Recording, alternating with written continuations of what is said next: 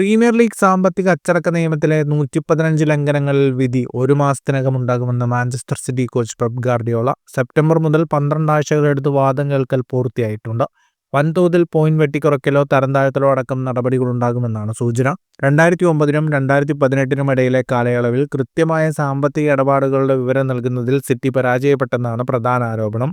2018-ൽ premier league ആരംഭിച്ച അന്വേഷണങ്ങളോട് city സഹകരിച്ചില്ലെന്നും പരാതിയുണ്ട്. UEFA premier league സാമ്പത്തിക അച്ചടക്കം ലംഘിച്ചെന്നാണ് മറ്റൊന്ന്. 2008-ൽ അബുദാബി യുണൈറ്റഡ് ഗ്രൂപ്പിന് കീഴിലായ സിറ്റി പിന്നീട് 8 പ്രീമിയർ ലീഗ് കിരീടങ്ങൾ, 1 ചാമ്പ്യൻസ് ലീഗ്, 3 FA കപ്പുകൾ, 6 ലീഗ് കപ്പുകൾ എന്നിവ നേടിയിരുന്നു. 2006-ൽ സെരിയയിൽ യുവന്റസാണ് സമാനമായി ശിക്ഷിക്കപ്പെട്ടിരുന്നത്. 2 ലീഗ് കിരീടങ്ങൾ നഷ്ടമായ ടീം 2ാം തട്ടിലേക്ക് തരം താഴ്ത്തപ്പെടുകയും ചെയ്തു.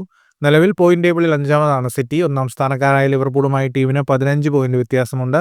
എന്നാൽ കോച്ച് പെപ്പിന്റെ കാലാവധി 2 വർഷം കൂടി നീട്ടിയ ടീം സമീപ നാളുകളിൽ വൻതുക ചിലവിട്ട് നിരവധി താരങ്ങളെ ടീമിലെത്തിച്ചത് സമീപഭാവിയിൽ പുതിയ താരങ്ങളെ എത്തിക്കുന്നതിൽ നേരിടാവുന്ന വിലക്ക് മറികടക്കാനാണെന്നും പറയുന്നു. 1960 കോടി രൂപ നൽകി 4 താരങ്ങളെയാണ് കഴിഞ്ഞ മാസം സിറ്റി ടീമിലെത്തിച്ചത്. Abdukodir Khusanov, Vitor Reis, Omar Marmoush, Nico Gonzalez എന്നിവരാണ് പുതുതായി സിറ്റിയിലെത്തിയവർ. ഫുട്ബോൾ ലോകത്തെ കൂടുതൽ വാർത്തകൾക്കും വിശേഷങ്ങൾക്കുമായി സ്പോർട്സ് കഫേ സബ്സ്ക്രൈബ് ചെയ്യുക.